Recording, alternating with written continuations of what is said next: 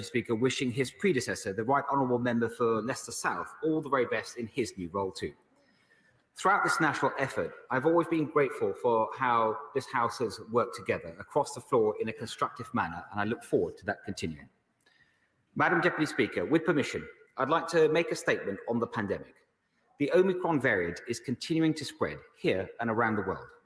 According to the latest data, there are now 261 confirmed cases in England, 71 in Scotland, and 4 in Wales, bringing the total number of confirmed cases across the UK to 336. This includes cases with no links to international travel, so we can conclude that there is now community transmission across multiple regions of England. Beyond our shores, confirmed Omicron cases have now been reported in 52 countries, with 11 countries that include Romania, Mexico, and Chile all reporting their first cases this weekend. This is a global battle, and we are playing a leading role. On Friday, I spoke with the Director General of the World Health Organization to share our findings so far and discuss how we can work together to tackle this common threat. We're learning more about this new variant all the time. Recent analysis from the UK Health Security Agency suggests that the window between infection and infectiousness may be shorter for the Omicron variant than for the Delta variant. But we don't yet have a complete picture of whether Omicron causes more severe disease or indeed how it interacts with the vaccines. And so we can't say for certain at this point whether Omicron has the potential to knock us off our road to recovery. Madam Deputy Speaker, we are leaving nothing to chance. Our strategy is to buy ourselves time and to strengthen our defences, while our world-leading scientists assess this new variant and what it means for our fight against COVID-19. And so today, I'd like to update the House on some of the latest measures that we are taking. First, we're taking balanced and proportionate measures at the border to slow the incursion of the new variant from abroad. We've seen with previous new variants how strong defences at the border, combined with the capacity we've built for genomic sequencing, can give us the best possible chance of identifying and responding to new variants. This includes our travel red list, which allows us to react quickly through targeted measures when the data shows cause for concern. Analysis from UK HSA shows that at least 21 Omicron cases in England alone are linked to travel from Nigeria, and there's a strong indication that Omicron is present there. Nigeria also has very strong travel links with South Africa, and it's the second most popular flight destination from Johannesburg. Based on this evidence, we've made the decision to add Nigeria to the travel red list, and this came into force at 4 a.m. this morning. This means that anyone who's not a UK or Irish citizen or a UK resident who's been in Nigeria for the past 10 days will be refused entry. Those who are, they must isolate in a government-approved facility for 10 days where they will take 2 PCR tests. I know that there's been a spike in demand for these facilities due to the rapid expansion of the red list, and that some people have experienced issues returning home. However, we are ramping up this capacity as quickly as possible. We've already brought several new hotels on board in the past few days, and we expect to double the number of rooms that are available this week. Madam Deputy Speaker, when this new variant is appearing in more and more countries every day, we also need to look beyond the red list and strengthen our measures for a wider range of travellers to make sure they give us the protection we need against this potential threat.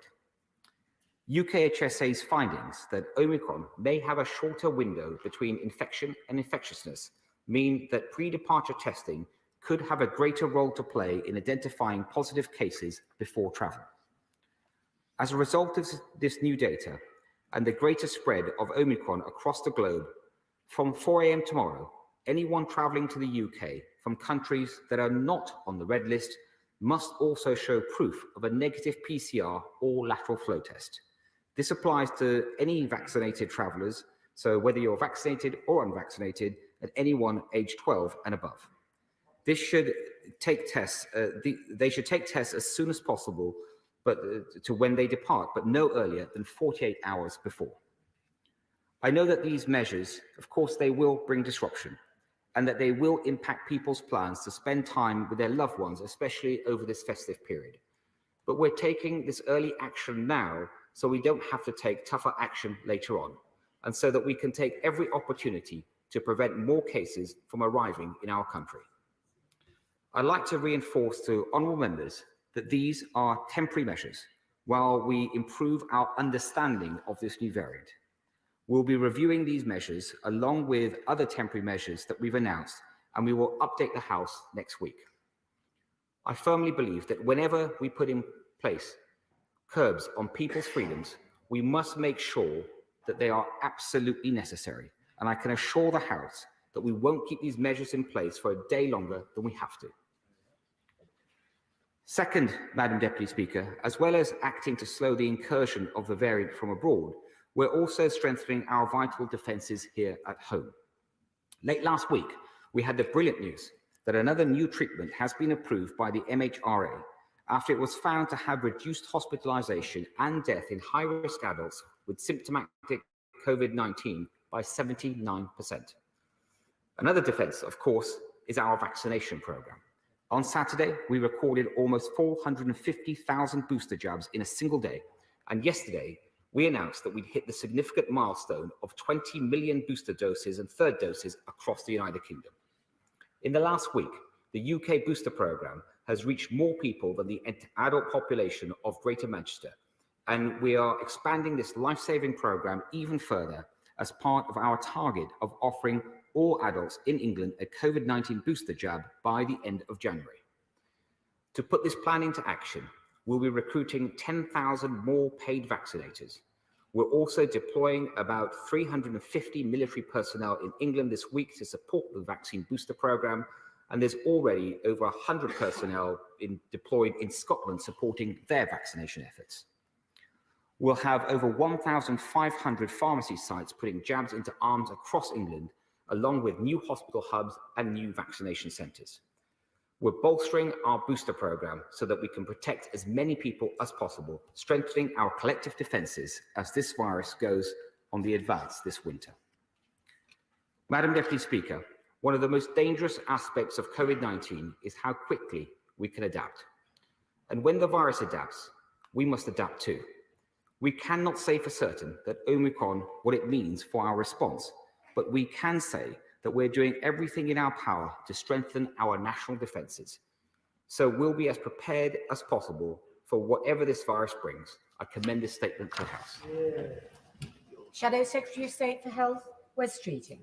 Thank you, Madam Deputy Speaker. And can I thank the Secretary of State both for his kind, warm words of welcome and for advance sight of his statement, and say how much I'm looking forward to our exchanges. Last week, I paid tribute to my right honourable friend, the member for Leicester South, and I do so again today, along with my honourable friends, the members for Ellesmere Port and Neston and Nottingham North, who did a magnificent job in the Shadow Health team. My right honourable friend took a constructive approach to the government's response to the pandemic, and I intend to continue in the same vein. COVID-19 is still with us, and with new variants presenting significant challenges to lives, livelihoods and our liberties. The goal must be to ensure that we can live with the virus through effective vaccines, treatments and common sense public health measures. In that spirit, can I welcome the announcements the Secretary of State has made today and join him in his call for everyone who is eligible to come forward and get the booster jab, as my right honourable and learned friend, the Leader of the Opposition, did just this morning. Vaccination remains the greatest tool we have in our fight against the pandemic. In order to achieve the government's overall target, they need to reach 500,000 booster vaccines a day. Labour called on the government to set the target, I believe they have, and we support it. And we desperately want the booster campaign to be successful. So can the Secretary of State today update us on when he expects to hit that target of 500,000 booster jabs a day? And can I ask when boosters will be rolled out to under 40s, and probably declare my interest in this, Madam Deputy Speaker, as I do. On the wider vaccine rollout, members across the House will have been frustrated and concerned with reports this weekend that too many hospital beds and resources are having to be diverted to those who have chosen not to receive the vaccine. With the pressures on the NHS this winter expected to reach unprecedented levels even before the emergence of Omicron, what is the Secretary of State's plan to persuade the 1 in 5 people who are eligible but not yet fully vaccinated to get the jab? The arguments in favour of receiving the vaccine are overwhelmingly strong. It is a safe and effective tool in our defence. So what research has the Secretary of State undertaken into the reasons for vaccine hesitancy, and what steps is he putting in place to put effective reassurance measures in place to encourage take-up, particularly among groups that are less likely to have taken up the vaccination and are disproportionately suffering with the virus? And can he update the House on the reasons for the slow progress in vaccinating 12 to 15-year-olds? The initial target of offering all 12 to 15-year-olds the vaccine by October half-term has been missed, with current trends suggesting some teenagers won't receive the vaccine until February. So what's the Secretary of State's plan to speed this up? Madam Deputy Speaker, we want everyone to be able to enjoy Christmas this year. To make that happen, the government needs to bring forward the common sense measures which can limit the spread of the new variant while having a minimal impact on our lives, jobs and businesses, especially in the busy pre-Christmas trading period. I was pleased to see the Secretary of State and his right honourable friend, the Home Secretary, accept Labour's call for the reintroduction of pre-departure tests for those travelling to the UK. But given the likelihood of new variants, will the government now introduce as a standard response to new variants overseas, introducing stronger border controls, testing and contact tracing so the government isn't again accused of locking the door after the horse has bolted? Can the Secretary of State explain why the window for pre-departure tests is 48 hours and not shorter? And can he act with his colleagues in government to address the racket of soaring testing costs and poor provision of hotel quarantine accommodation? Madam Deputy Speaker, SAGE recommended a year ago ventilation support for schools. The government's air purifiers in schools pilot isn't due to publish its full report until October next year. Meanwhile, a primary school in Paisley is today shut for a week following a suspected Omicron outbreak. In the past 2 weeks, the number of students missing school has increased by 62%, meaning disruption to their learning and an impact on their parents as they have to stay home with their children. Children have seen their education disrupted enough. So will he now roll out the ventilation support needed to protect our schools? Madam Deputy Speaker, we have one of the lowest levels of sick pay in Europe. Workers in low pay and insecure employment who contract COVID are still being put in the impossible position of choosing between going to work and feeding their family on one hand and staying at home and protecting our public health on the other. So can I ask the Secretary of State if the government will finally look again at increasing and expanding sick pay? And finally, Madam Deputy Speaker, and I'm sorry to have to end on this note, I'm sure the Secretary of State will agree with me that the effectiveness of the government's response to the pandemic and public compliance with the rules will depend on public confidence in those setting the rules. Residents in Ilford are this week being prosecuted for holding an indoor gathering of 2 or more people on the 18th of December 2020, and rightly so. Isn't it time that the government comes clean about the event in Downing Street on that same day, admit they broke the rules and apologise? Or does the Secretary of State believe, as the Prime Minister appears to, that it's one rule for them and another rule for everyone else? Secretary of State. First of all, Madam Deputy Speaker, can I thank the honourable gentleman for his support for these measures that I talked of in my statement. And I'm pleased to hear that the Leader of the Opposition has got his booster jab today, as I think also the Chief Executive of the NHS also received her booster jab today as well, along with thousands of many other people. And can I also thank him for his support, his general support for the booster program, the importance of vaccines, the call that he's just made for more and more people to come forward. The booster program itself is steaming ahead at a blistering pace. 2.6 million people across the UK were boosted last week. There's some 3.6 million people that are booked in to get their boost already. I think that's one of the highest numbers, probably is the highest number that we've seen certainly for boosters. And I'm confident that we are on track to meet our commitment to offer all adults across the UK a booster jab by the end of January. We are already far ahead of any other country in Europe. And when we achieve that by the end of January, we most certainly still will be. In terms of vaccination, more generally, especially those people who haven't even yet taken up their offer of a first vaccine jab, the honourable gentleman is right to point to the importance of that. We estimate there's around some 5 million people across the UK that have yet to take up their offer of a jab. Our general vaccination rate across the population, over 88% having had at least one jab over the age of 12, 88% is one of the highest in Europe, but we do need to do even more to get to that 12%, that missing 12%. There's a huge amount of work that's gone on that, especially around communications, especially around dealing with misleading information on vaccines, but also by improving access. And we have seen in the last week, perhaps because of the concerns around the Omicron variant, more and more people coming forward for vaccinations the first time. And of course, that is to be welcomed, and we will continue to build on that. The honourable gentleman also asked me about responses to any potential future variants. I think it's reasonable to think there will be future variants, but we will reserve judgment on those until we come across such issues. And in any case, there will always be a balanced and proportional response based on what we know at that time. I don't think it would make sense to set out that response in advance. The honourable gentleman asked me about testing, the testing cost, whether PCR tests, lateral flow tests.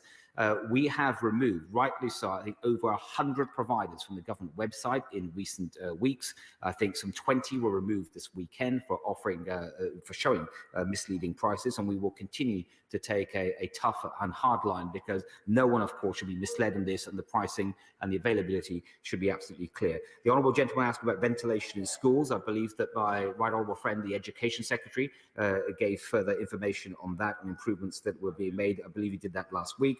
On sick pay, I think it's important that we rightly have kept in place the access to sick pay from day one, rather than what was there before the pandemic. And in terms of rules, of course, they should apply to everyone, regardless of who they are. Chair of the Health Select Committee, Jeremy Hunt. Thank you, Madam Deputy Speaker. Can I strongly support the Secretary of State in the balanced and sensible way that he is buying time before we really find out how dangerous this new variant is. But can I ask him how he is preparing the NHS for the potential worst case scenario that we may be facing? In particular, the 10,000 NHS beds that NHS providers think are occupied by people waiting for a social care package.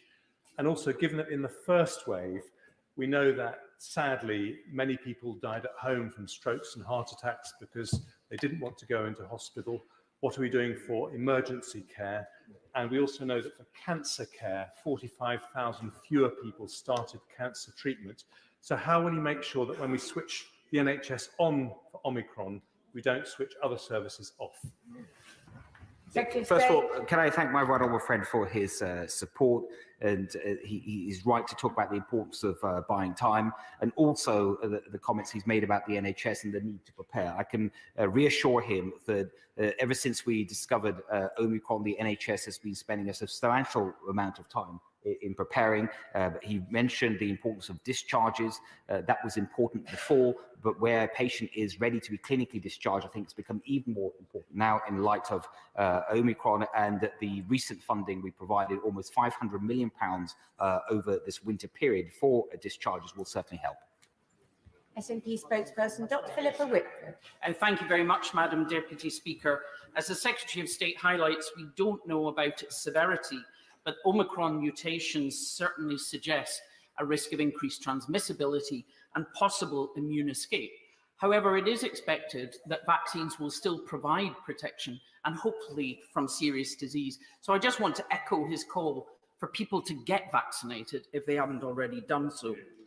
With S-gene dropout providing an early PCR marker for Omicron, can the Secretary of State clarify what proportion of labs in the UK assess the S-gene, and particularly of all the private labs providing travel testing are doing so, because obviously they are critical in defence of seeding cases into the UK?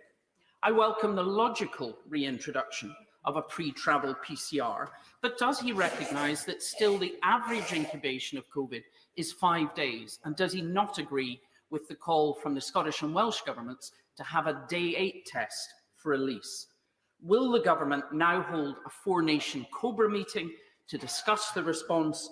And will the government also commit to providing support for the travel sector and any other businesses that might be impacted by public restrictions going forward? The Secretary of State described it as a global battle, and he's right. But the establishment of Omicron in the UK is a stark reminder of the failure of wealthy nations to take a global response, as they promised last spring. While almost 90% of adults in the UK are doubly vaccinated, less than 4% in low-income countries have even had one dose, and less than a quarter of their healthcare staff are protected. The UK government promised to deliver 100 million doses by next summer, but has so far delivered less than 10 million and shamefully destroyed 600,000 doses in August. It's estimated the UK will be left with almost 100 million excess doses. So will this government not accelerate their donations to COVAX? And finally, Madam Deputy Speaker, 130 countries support the principle of waiving intellectual property rights and technological transfer to mount a global response to this pandemic. So why is the UK government blocking the TRIPS waiver when most of these vaccines were developed with millions of pounds of public money? Secretary of State. Thank you, Madam Deputy Speaker. First of all, can I thank the Honourable Lady for her support for vaccination in general, right across the UK. It's really making a difference, and I thank her for her comments on that and the importance, especially of the booster programme. In terms of testing for this variant, she talked about the proxy measure, which is the S-gene dropout. But there are other methods that UX have also started deploying alongside that, which stops short of sequencing, which does take much longer, and there's not universal capability of that.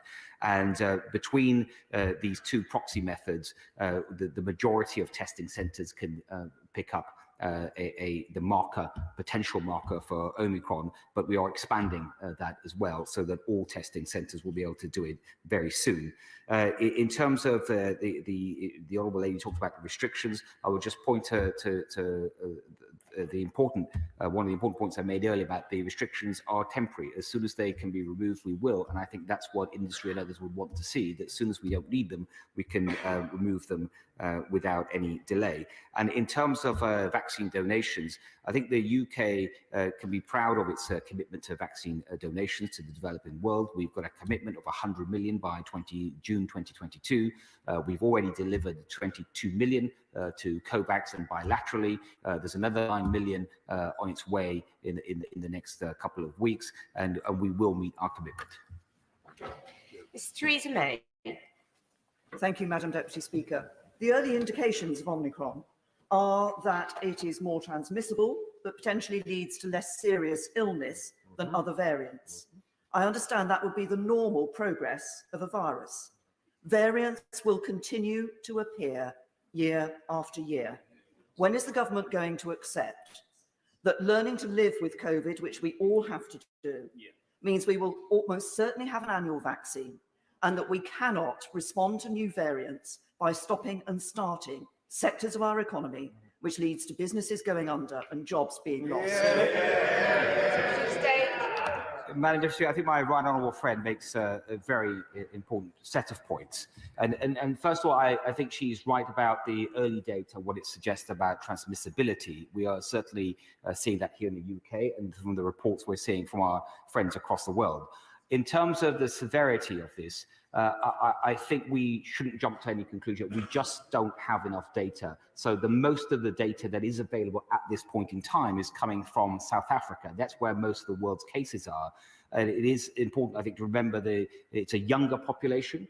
And they also in South Africa had the beta wave, and beta as a variant is much closer to this variant, the Omicron variant. So whilst it's quite possible there will be a difference into the clinical outcome from infection. I think it's too early to jump to conclusions. But she is right about her final point. Of course, we have to live to learn with this virus. It is not going away, as my right honourable friend says, for many, many years, and perhaps it will lead to annual vaccinations. But we have to find ways to continue with life as normal.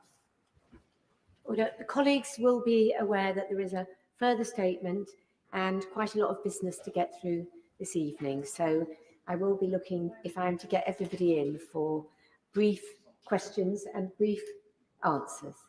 Clive Betts. Thank you, Madam Deputy Speaker. I'd like to refer the Secretary of State to the issue of third doses and welcome the government's policy to give people with compromised immune system a third dose, and I declare my own interest in that. Could I ask the Secretary of State, why is there so much confusion around who is responsible for advising people of an entitlement to a third dose? A lot of confusion between secondary care and primary care providers. And secondly, why is it not possible to go online and book an appointment for a third dose as it is to book one for a first, a second or a booster dose? Secretary of State. Madam Deputy Speaker, I can tell the honourable gentleman the reason why it's not possible to go online to do that is that to receive a third dose, it's often the case that the clinician, often the GP, will need to make a judgment on that particular individual. A lot of cases are different, and it depends a lot of the times on the reason why that individual is immunosuppressed. It could be for a temporary reason, it could be a long-term issue, and it also depends a lot whether that individual has had any other recent infection. So it is a clinical decision. I think it's right that it's made by GPs, but as soon as that decision is made by the responsible clinician, of course that person should get their third dose as soon as possible.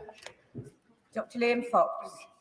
Madam Deputy Speaker, many of us have constituents who were caught out when South Africa was added to the red list and are now in compulsory hotel quarantine. Given the information that my right honourable friend gave us today, if someone has had a negative PCR before travel and a negative day 2 PCR, what is the medical rationale for retaining 10-day quarantines? And is it possible to find ways of having safe early release so we're not using up the capacity that we have unnecessarily? Secretary of State. Madam Speaker, the medical rationale is around the incubation period of the virus. And of course, most of the data we have today is based on previous variants that we've had time to assess. With this particular variant, as my right honourable friend will know, there hasn't been enough time so far. But as we learn more, should we need to change our policies, of course we will. Vicky Foxcroft. Thank you, Madam Deputy Speaker. Last week, I asked the Minister for Vaccines and Public Health if the government would allow immunocompromised people the opportunity to have antibody tests. She helpfully said she would look into this. Has the Secretary of State discussed this with her? And what are his thoughts on antibody testing for those people that we don't yet know if the vaccine works on them? Secretary of State. Madam Speaker, I believe in certain conditions, immunocompromised people can have antibody tests. It's a decision made by their clinicians. I think the honourable lady is asking, can it be made available more generally? We are taking expert advice on that, but also I do want to reassure her in terms of more support for the immunosuppressed. Some of the recent treatments that we have both purchased and that are being authorised by the MHRA will also provide a much higher degree of support. Chief Villiers. The travel sector has been devastated by 2 years of COVID emergency. They'll have met with despair, new expensive testing requirements and a collapse in confidence by people who would otherwise be booking their holidays. What are we going to do to help the travel sector? And when are we going to get to a stage where we deal with COVID without having to damage so significantly important parts of our economy? Secretary of State. Madam Speaker, my right honourable friend is right to talk about the challenge that's the particularly acute challenge there for the travel sector, because not just the measures that have been taken here at home, but of course the travel sector has been hit hard because the international measures that have been taken by so many countries, not just the UK-based decisions. I think that the answer really lies in making a quick decision about Omicron, and she'll know that, as I've said in my statement earlier, that we will update the House and hopefully have much more data on it by next week. And hopefully, if that data is helpful, that things pressures can be eased in the travel sector. And should it be less helpful for the travel sector, the government will have time to review what other measures it might be able to take to help. Ben. Thank you very much indeed, Madam Deputy Speaker. Current government guidance is that if someone has tested positive for COVID, they should not, in England, they should not have another PCR or lateral flow test for 90 days. And yet the guidance for those wishing to return to the UK is that if they've recently recovered from COVID and are no longer infectious, they should have a lateral flow test, apparently because it is less likely to return a positive result. This is apparently contradictory advice, and I'm grateful if the Secretary of State could tell the House what advice he can give to UK citizens who've caught and recovered from COVID abroad about how they can best return to the UK in time for Christmas. Secretary of State. What I will tell the right honourable gentleman, that for UK citizens that are abroad wishing to return home, they should, of course, comply with the requirements. But he's raised an important issue, and so I will take that away and look into it further. Mark Harper. Thank you very much, Madam Deputy Speaker. I know you'll find it as comforting as I did that the Prime Minister's official spokesman this morning confirmed that next week the government was confident it would have more data than it currently does, and that the government would update Parliament before the House rises for Christmas. That is very welcome. But can I ask the Secretary of State, the Prime Minister's official spokesman also reserved the right to implement measures, if necessary, during the recess. Now, I think that's perfectly reasonable that the government retains that power. But I also think that if measures are important, if things are important enough to implement restrictions during the recess, then it means the House should be recalled for us to debate and vote on those matters. Can I have an assurance from the Secretary of State that that's what will happen? Secretary of State. Madam Deputy Speaker, my right honourable friend, first of all, you should be reassured that there will be a further update next week, as I've also just committed to. And as he says, if and it is a big if it was necessary for the government to take important action during the recess, of course, I think people would expect the government to take that. And as for whether Parliament should or should not be recalled, that is something that I will take back to my right honourable friend.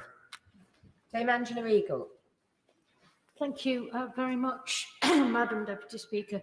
Could the Health Secretary confirm that next week's update, he expects next week's update to contain much more information about the threat that the Omicron variant actually poses in terms of seriousness of illness, so that we can have some insight into that? And would he tell us if he's not expecting that to be the case now? And can he comment on the fact that over 25% of the members opposite who are in the chamber today aren't wearing masks? And will he say what this does for compliance of people outside who are now meant to wear masks on public transport and in shops? Secretary of State.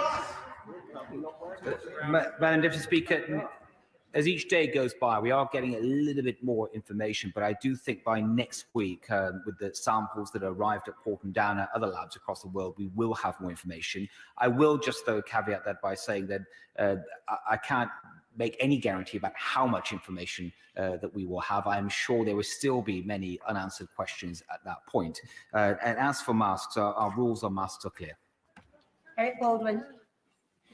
Thank you, Madam Deputy Speaker. And can I welcome the emphasis the Secretary of State has put on vaccinations and boosters in his statement today, and not on locking down the economy.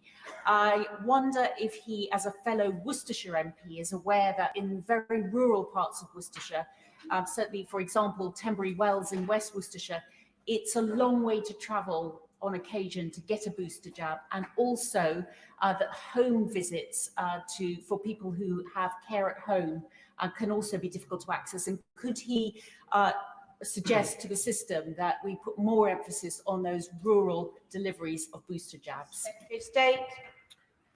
Yes, Madam Deputy, I can give my honourable friend that reassurance that we are massively expanding the availability of vaccines. That process has already begun in the last week or so, with more pharmacies coming on board, many of them in rural areas, many of them in the heart of the communities, with more hospital hubs and more vaccination centres. And we are recruiting some 10,000 paid vaccinators to help us do just that. David Linden. Thank you very much, Madam Deputy Speaker. Whilst it will still take another couple of weeks to fully understand the impact of the Omicron variant, we do know that this strain of COVID-19 is considerably more transmissible. As a result, it is reasonable, I'm sure, to expect more people to be pinged or asked to self-isolate. So in light of this, will the government now bring forward urgent reforms to increase and extend statutory sick pay so that workers aren't forced into poverty as well as self-isolation? Secretary of State. Madam Deputy, to support people that may have the challenges that the honourable gentleman referred to, first, the sick pay will begin on day one, and secondly, we also have the hardship fund that can help with particular cases. Sir Graham Brady. Thank you, Madam Deputy Speaker. Can I say to my right honourable friend that the travel sector has been devastated by uncertainty and by constantly changing rules. I welcome the fact he said these measures are temporary, but will he also set out in detail what the criteria are by which he will make the decision on whether they should be lifted and when? Secretary of State. Madam Deputy, I fully understand the point that my right honourable friend has made about the impact on the travel sector, and that should be not lost on anyone. So I think we all understand why the action has been taken, but we mustn't forget this is a really important part of the economy, a hugely important sector. It has been hit hard again and again. And in terms of providing more certainty, I think next week's update will be important. The review point, as I said to the honourable lady earlier, we can't guarantee we'll have all the answers to the questions that we have, but I think that information will certainly help to give more certainty. Barbara Keeley. Madam Deputy Speaker, I've got a constituent whose mother has been fast-tracked for end-of-life nursing care in a local care home. However, my constituent was told she would not be able to visit her mother at Christmas, despite this being her last Christmas. The reason the care home gave for suspending visits on Christmas Day was to make it easier for the staff, because the COVID testing would be too time-consuming. And that just flies in the face of government guidance, which says visits at the end of life should always be supported in the final months and weeks of life, not just the final days or hours. So can the Secretary of State issue guidance to care homes, emphasising the importance of visits at Christmas, particularly for people at the end of life? Secretary of State. Yes, Madam Deputy, I will most certainly like to help with that. I'm sorry to hear about her constituent. As the honourable lady says, that visits at end of life should always be made available. There should be no excuses for that. And I'll be first happy to look into the case that she's mentioned if you provide me more details, but I'll also check the general guidance. Sir John Redwood. Why hasn't some of the substantial extra money for the health service been used to expand bed and associated staff capacity in hospitals? And why weren't the anti-COVID Nightingale hospitals used for the pandemic to prevent it being spread to the district generals? Secretary of State. Madam Deputy Speaker, I can tell my right honourable friend that a lot of the funding for the NHS, for NHS and social care over the second half of this financial year is £5.4 billion of extra funding. And a lot of that is being deployed to create extra capacity, especially between work between the NHS and the social care sector, especially when it comes to discharges. So these people that are ready clinically to be discharged, but the care packages haven't always been easily available, and the funding, a lot of it is going to support that. Sir Desmond Swain. How many of those who have tested positive in the UK are ill? Secretary of State. The number of confirmed cases in the UK is 336. They are all by definition infected. They will have been various, some may be asymptomatic, others will be feeling ill. None of them so far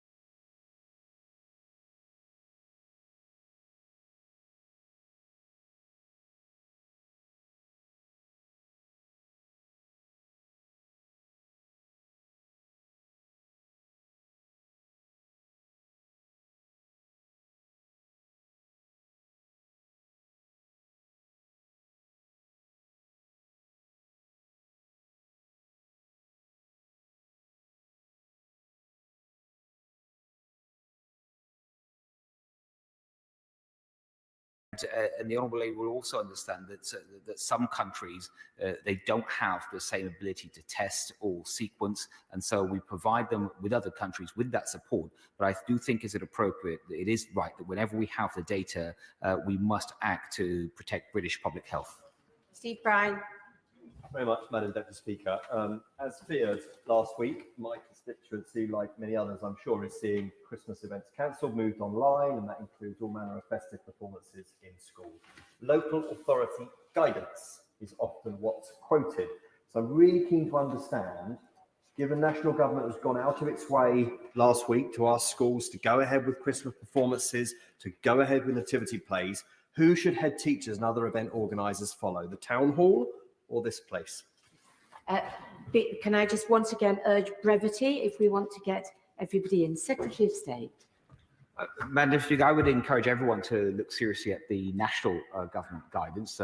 Our guidance is clear, and even before the emergence of this new variant, we all knew that the variant, that COVID-19 likes the colder, darker days that winter brings, and there's plenty of guidance there. And I would encourage people to go ahead with whether it's nativity plays or Christmas parties, but just continue to follow the guidance that was always there. Graham Morris. Thank you very much, Madam Deputy Speaker. The recent, quite staggering figures from the respected charity Macmillan show nearly 50,000 people in the UK are still missing a cancer diagnosis compared to the pre-pandemic period.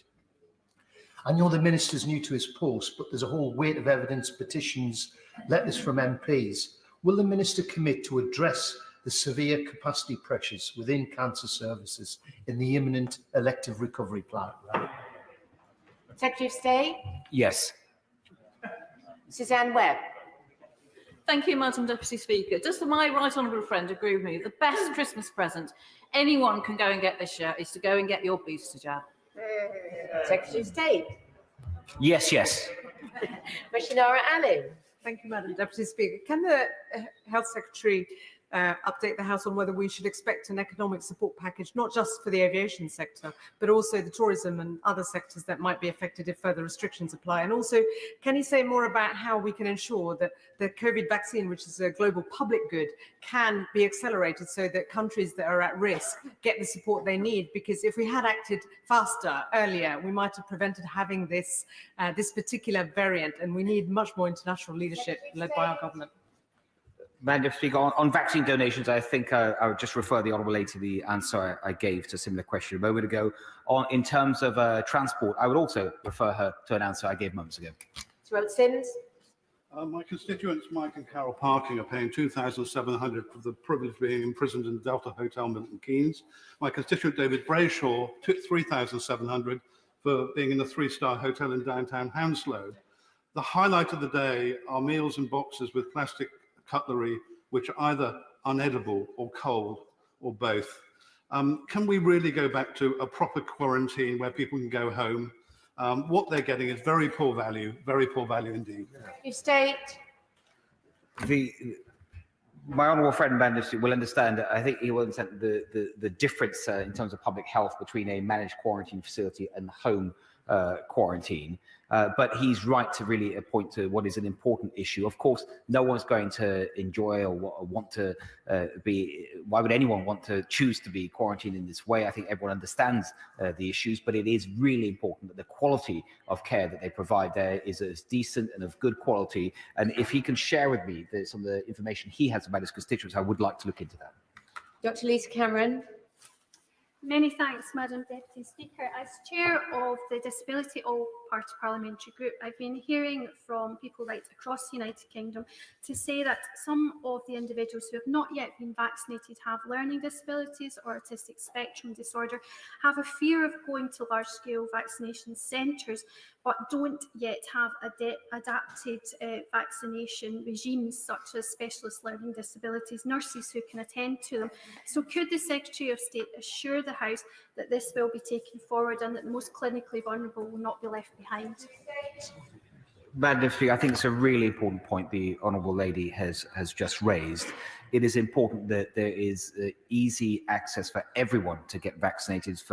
And she's made a really good demonstration why that is so critical for every part of our community. The vaccines minister, if it's helpful, would be pleased to meet with her as the chair of the APPG and see what more we can do. Dr. Andrew Morrison.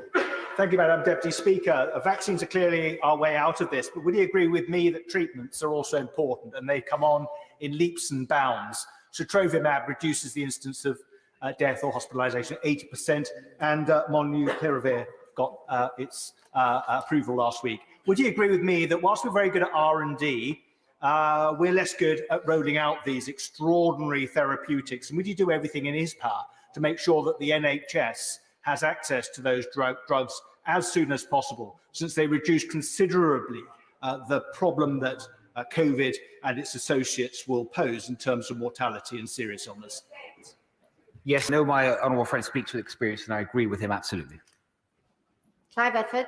Thank you, Madam Deputy Speaker. If we're going to have to live with COVID, given the high level of infection rates we have amongst young children, what possible justification can there be for delaying funding to schools to improve ventilation to reduce transmission? Secretary of State. I believe that my right honourable friend, the Education Secretary, said something about ventilation, the importance of it last week. Holly Mumby-Croft. Thank you, Madam Deputy Speaker. Many of my constituents in the Scunthorpe constituency have come forward and had their jabs and their boosters, and I hope my honourable friend will thank them as I do. But I still speak to a very small number, particularly of younger people who are sincerely worried about having the vaccine. What can he do to reassure them that it's safe and effective, and they should come forward and take the opportunity to have theirs? Secretary of State. It's important that we do whatever we can through communications and using the right communication channels. And it's also important that we provide the easiest access possible. So, for example, some of the mobile vaccination units have had a really a disproportionately high success rate with younger people. Jonathan Edwards. Luckily, the Omicron variant was picked up quite quickly in South Africa due to its genome sequencing capability. Otherwise, we could be in a worse position. So what is the British government doing to support international efforts to enhance capability of genome sequencing capability across the world so that the next variant of concern is identified as quickly as possible wherever it comes? Secretary of State.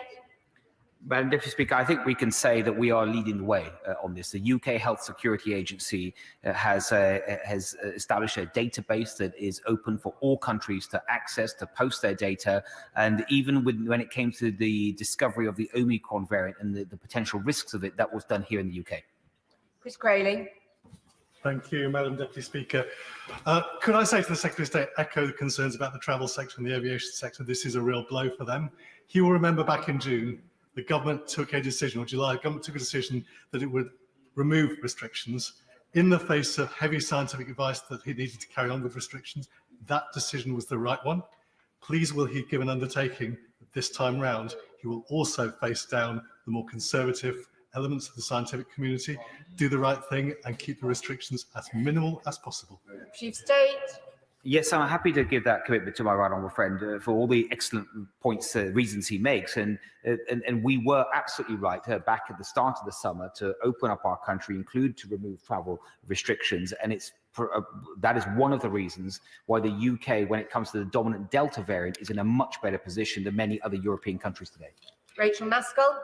Madam Deputy Speaker, when it comes to public health compliance, consistency and clarity of message is really important. The variant does not understand the difference between an indoor setting on transport to another indoor setting. So why can't the Secretary of State ensure that all indoor settings have the same rules applied to them? Secretary of State. Madam Deputy Speaker, I believe that the response we've had is balanced and proportionate. Andrew Bridgen. Madam Deputy Speaker, my right honourable friend, the member for Maidenhead, who's no longer in her place, has already confirmed and reminded the House that the normal evolution of a virus is to increase in transmissibility but reduce in pathogenicity over time. Given that the Secretary of State has already informed the House that none of the 336 cases of Omicron confirmed in the UK have yet resulted in hospitalisation, does the Secretary of State agree with me that this is tremendously good news? And we should look forward next week, hopefully, to having all restrictions lifted. Secretary of State. Let's see what next week brings. Martin Day. Thank you, Madam Deputy Speaker. Several of my constituents have met with difficulties in booking hotel quarantine for the return from South Africa due to problems with CTM being unable to verify certain card payments or to get bookings despite the website showing availability. And as a result, they've missed flights and had to book others in their stead, and that has had to be paid for. Can the Minister therefore commit to reimbursing such constituents for the failures of the system? Secretary of State. Madam Deputy Speaker, I'm not aware of course, the details of the individual case the honourable gentleman mentions, but of course, a variety of credit cards and payment systems can be used. If the honourable gentleman believes there's been a failure of the system, I'd be happy to take a closer look at that. Sir Christopher Chope. Madam Deputy Speaker, can my right honourable friend tell the House what he's doing to promote the availability of the vaccine damage payments scheme? And does he recognise that that could be a good counter against vaccine hesitancy? But when is the scheme going to be made fit for purpose? Secretary of State. Madam Deputy Speaker, we are reviewing that scheme for reasons that my honourable friend has brought up in the past in this House. And I do agree with him, it is important to have confidence in vaccines, and that scheme has a role to play. Emma Buck. Very much, Madam Deputy Speaker. Throughout this pandemic, whilst we have all made sacrifices, we have watched those imposing the rules repeatedly breaking them. The final straw is that last Christmas, as families spent time apart and their loved ones died alone, Number 10 was in full party mode. Can he therefore confirm that the upcoming COVID inquiry will include a thorough examination of any misconduct in public office? State. Madam Deputy Speaker, the rules apply equally to everyone. Paul Maynard. Thank you. For what reason is the Department for Health and Social Care making announcements on extensions to the red list rather than the Department for Transport, as has been the case previously? Secretary of State. Madam Deputy Speaker, the departments across government work together on the pandemic, and that, of course, means my department works very closely with the Department of Transport. Carl Turner. Not all, but most members of this House, and indeed the general public, will support the Secretary of State when he says he has to impose further curbs on people's freedoms. But does he not accept that people would be perhaps a bit more enthusiastic if, when he comes back to the dispatch box, he fesses up, accepts that there was an ease up in number 10 last year when people were dying without family members there present with them, fess up to that and apologise on behalf of the Prime Minister? Secretary of State. I thought, Madam Deputy Speaker, he was going to make it was going to be a serious question. Philip Hollowbone. I have a constituent who is stuck in South Africa and due to come back on Thursday. He's been given an medical exemption from hotel quarantine, so he has to have managed quarantine at home for 10 days. But there's a problem with corporate travel management because they won't let him book his PCR tests for day 2 and day 8 unless he also books a hotel quarantine package. Will the Secretary of State help to unblock the problem with corporate travel management? Secretary of State. Madam Deputy Speaker, there are in certain cases, as my honourable gentleman has pointed out, medical exemptions to the hotel quarantine system. The problem that my honourable friend has pointed out, it should not be happening. So I'll be very happy to look at that case with some urgency. Jack Brereton. Thank you, Madam Deputy Speaker. I very much welcome the measures that have been taken to accelerate the booster programme. So will my right honourable friend look at what more can be done to support our excellent vaccinators and volunteers in Stoke-on-Trent and Staffordshire to fully roll out as quickly as possible the increased capacity of vaccinations that we need to see? Secretary of State.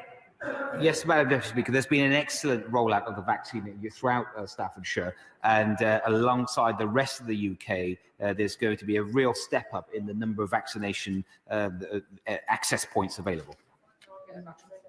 Richard Drax. Thank you, Madam Deputy Speaker.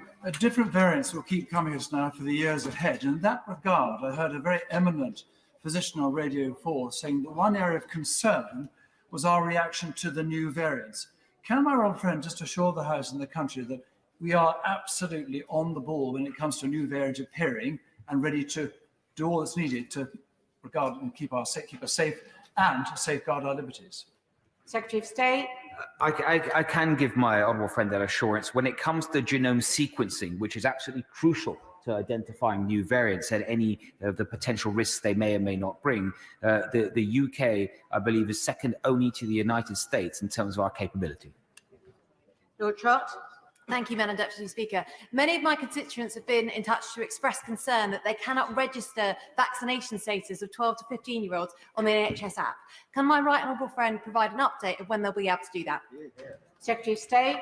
Yes, that facility, it may not be in the app. There may be it may be through a letter or process, but it will still provide the what's needed in terms of travel for that age group. That hopefully will start next week. Craig McKinley. Thank you, Madam Deputy Speaker. I fully understand that my right honourable friend is currently treading water until we know more about the Omicron variant, its response to the vaccines and its virulence. But can I press him as to the nature of any likely government response if those answers are poor?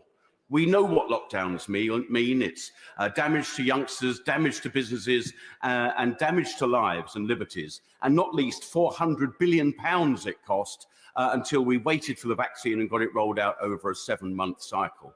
Can he please assure me that under no circumstance will we do the same all over again and hope for a different outcome when he knows as well as I that there will be yet another variant sometime down the line? Secretary of State. Madam Deputy Speaker, I don't want to prejudge the review, but I know that my honourable friend will agree with me that our best form of defence is our vaccine programme, and the fact that we are doing better than any other country in Europe in our booster programme gives us a really strong level of defence. Last question, David Johnston. Thank you, Madam Deputy Speaker. Over 90% of the people getting the most serious care for COVID at the moment are unvaccinated. So does my right honourable friend agree that if people are not getting a vaccine without a good reason, they don't just endanger themselves, they put a strain on the NHS that it doesn't need when trying to treat people for other conditions? Secretary of State. I agree with my honourable friend. Taking a vaccine should be a positive decision, and with the exception of NHS settings or social care settings, no one should be forced to take a vaccine.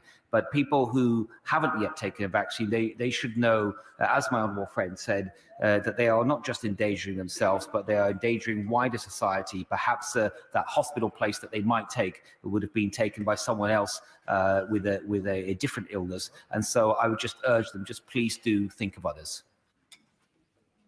I thank the Secretary of State for his statement, and we now come to a statement from Minister Kit Malthouse. With permission, Madam Deputy Speaker, I'd like to make a statement on the Government's new 10-year strategy for addressing illicit drug use.